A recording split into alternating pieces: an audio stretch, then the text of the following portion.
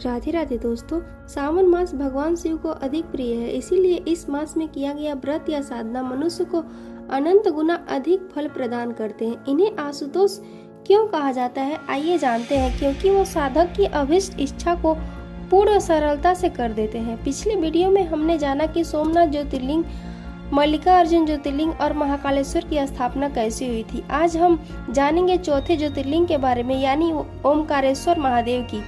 ओमकारेश्वर मंदिर मध्य प्रदेश के खंडवा जिले में मंदाता नामक द्वीप पर स्थित है। कहा जाता है कि इस द्वीप का आकार ओम जैसा है और ओम के आकार में नर्मदा नदी भी बहती है। इस मंदिर के पास में ही एक और शिवलिंग है जिसका नाम है ममलेश्वर मंदिर। यह मंदिर नदी के दक्षिणी तट पर है और तीर्थयात्री ज्योतिर्लिंग की शक्ति को समान रूप से साझा करने वाला मानते हैं और इसीलिए उनका एक साथ दर्शन किया जाता है। इस प्रकार ओमकारेश्वर ज्योतिर्लिंग के स्थान पर एक नहीं बल्कि दो शिवलिंग उपस्थित हैं। लेकिन आखिर ऐसा क्यों हुआ, तो इसके पीछे एक बड़ी ही सुंदर पौराणिक कथा है। आइए सुनते हैं। इस वीडियो में हम सब जानते हैं कि भगवान के शुद्ध भक्त नारद जी इस सृष्टि का कल्याण करने हेतु अनेक स्थानों पर विचरण करते हैं। वे भगवान के शुद्ध भक्ति का दिव्य पथ प्रदर्शित करते हैं। तो ऐसे नारद मुनि एक दिन विंध्याचल पर्वत से भेंट करने आए। जब विंध्याचल ने देखा कि उनके द्वार पर देवर्षि नारद पधारे हैं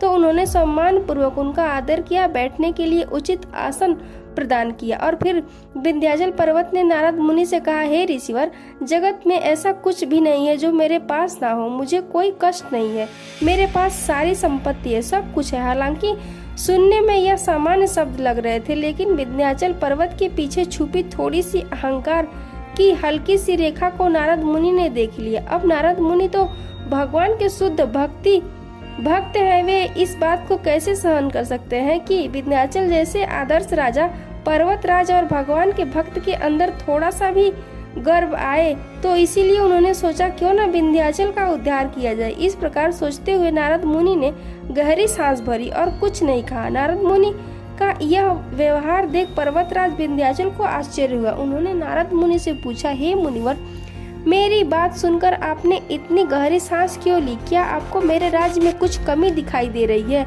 क्या जगत में कुछ ऐसा भी है जो मेरे पास नहीं है? अगर हाँ तो अभी मुझे बताइए। नारद मुनि को तो इसी क्षण का प्रतीक्षा थी। राजा के पूछते ही उन्होंने उत्तर दिया, हे राजन, यह बात सर्वदा सत्य है कि आप इस जगत में पाए जाने वाले संपूर्ण ऐश्वर्य के स्वामी हैं। लेकिन यदि आप पूछ रहे हैं तो आपकी जिज्ञासा को संतुष्ट करने के लिए मैं बता देता हूँ। कदाचित आप नहीं जानते हैं कि मेरु पर्वत कितना विशाल है। उसके शिखर का तो कहना ही क्या, वह शिखर तो देवताओं के लोक तक फैला हुआ है। लेकिन आपका शिखर तो मेरु के सामने थोड़ा छोटा सा लगता है। राजन, बस इतना कहकर नारद मुनि वहां से चले गए। अब नारद मुनि की बात सुनकर राजा विंध्याचल मन ही मन अपने जीवन को धिक्कारने लगे। उन्होंने निश्चय किया कि वे महादेव की घोर तपस्या करेंगे और मनचाहा वरदान प्राप्त करेंगे। इस प्रकार निर्णय लेते ही राजा विंध्याचल मंदाता द्वीप पर पहुंच गए। वहां उन्होंने पार्थिव शिवलिंग की स्थापना की। इसके उपरांत उन्होंने 6 मास तक भगवान शिव की घोर तपस्या की। अंततः भगवान उनकी तपस्या से प्रसन्न हुए और उन्हें दर्शन दिए। जब महादेव से वरदान पाने का समय आया तो राजा विंध्याचल ने कहा, हे प्रभु, आपके दर्शन पाकर मैं कृतज्ञ हो गया। मेरी यही इच्छा है कि आप मुझे ऐसे ही विवेक बुद्धि प्रदान करें जिसके उपयोग से मेरे सारे मनोरथ पूर्ण हो जाएं। भोलेनाथ ने राजा विंध्याचल की मनोकामना पूर्ण करते हुए उन्हें यह वरदान दिया। जब महादेव वहां से प्रस्थान करने लगे तो सभी देवी देवता और ऋषिगण वहां प्रकट हुए और भगवान शिव से प्रार्थना करते हुए कहने लगे, हे प्रभु, कृपया आप इस पार्थिव शिवलिंग में अब सदैव निवास करिए और लोगों का कल्याण करिए। उनकी प्रार्थना से प्रसन्न होकर भोलेनाथ ने उनकी भी इच्छा पूरी की और जिस स्थान पर राजा विंध्याचल ने तपस्या की थी उसी मंदाता द्वीप पर वे विराजमान हो गए। वहां जो एक ओमकार लिंग था वो 2 रूपों में विभाजित हो गया। प्रणव में जो सदाशिव थे वो ओमकारेश्वर नाम से विख्यात हुए और पार्थिव मूर्ति में जो शिव ज्योति प्रतिष्ठित हुई थी उसे परमेश्वर महादेव के नाम से जाना गया, जिसे आज हम ममलेश्वर महादेव भी कहते हैं। स्थापना के पश्चात सभी देवताओं ने इन दोनों शिवलिंगों की पूजा आराधना की और अभीष्ट वर प्राप्त किए। इसके पश्चात सभी देवता अपने अपने लोक में वापस चले गए। ओमकारेश्वर शिवलिंग की महिमा बताते हुए श्री सूत गोस्वामी जी सभी शौनक ऋषियों से कहते हैं कि जो मनुष्य ओमकारेश्वर महादेव के दर्शन करता है उसे माता के गर्भ में पुनः नहीं आना पड़ता, यानी कि वो इस भौतिक जगत से मुक्त हो जाता है। इस ज्योतिर्लिंग के विषय में एक और कथा प्रचलित है, वो है मांधाता राजा की। ऐसा कहा गया है कि इक्ष्वाकु वंश के महान राजा मांधाता ने इसी स्थान पर घोर तपस्या की थी। उनकी तपस्या के फलस्वरूप भगवान शिव ने उन्हें दर्शन दिए और वे स्थान पर ज्योतिर्लिंग के रूप में प्रकट हुए। भगवान शिव सदैव अपने भक्तों की मनोकामना को पूर्ण करने के लिए तत्पर रहते हैं।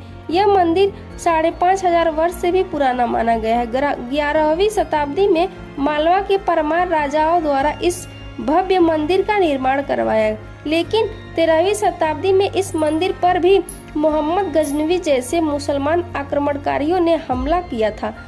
इन लुटेरों ने इस मंदिर से भी अनेक कीमती रत्न संपत्ति और सोने को लूट लिया था। हालांकि इस आतताइयों के आक्रमण के बाद भी ओमकारेश्वर ज्योतिर्लिंग को अधिक क्षति नहीं पहुंची और वे अपने स्थान पर अड़िग बना रहा। संपूर्ण मुगल शासन काल में यह मंदिर चौहान राजाओं के अधीन रहा, लेकिन मंदिर में ज्यादा नवीनीकरण नहीं हो पाया। बाद में 19वीं शताब्दी में होलकर शासकों द्वारा और उसमें भी विशेषकर रानी अहिल्याबाई होलकर ने इस संपूर्ण मंदिर का जीर्णोद्धार करवाया, पुनर्निर्माण करवाया। यह मंदिर 5 मंजिला है और इसमें प्रत्येक मंदिर पर भी श्री ओमकारेश्वर, शिव महाकालेश्वर और सिद्धनाथ श्री गुप्तेश्वर और अंतिम मंजिला पर श्री ध्वजधारी शिखर स्थित है। इस मंदिर के प्रांगण में पंचमुखी गणेश जी और अन्नपूर्णा देवी भी विराजमान है।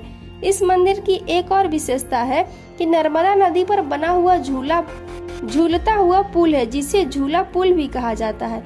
आज ये देश में सर्वाधिक ज्यादा देखे जाने वाले तीर्थ स्थलों में से एक है। तो ये थी आज के ओमकारेश्वर ममलेश्वर ज्योतिर्लिंग की सुंदर कथा। हमें आशा है कि आपको यह कथा अच्छी लगी होगी और इसने आपके भगवान शिव के प्रति भक्ति में भी वृद्धि की होगी। अगर आप मेरे चैनल पर नए हैं तो सब्सक्राइब करें। फिर से मिलते हैं 5वें शिवलिंग की कथा लेकर अगले वीडियो में।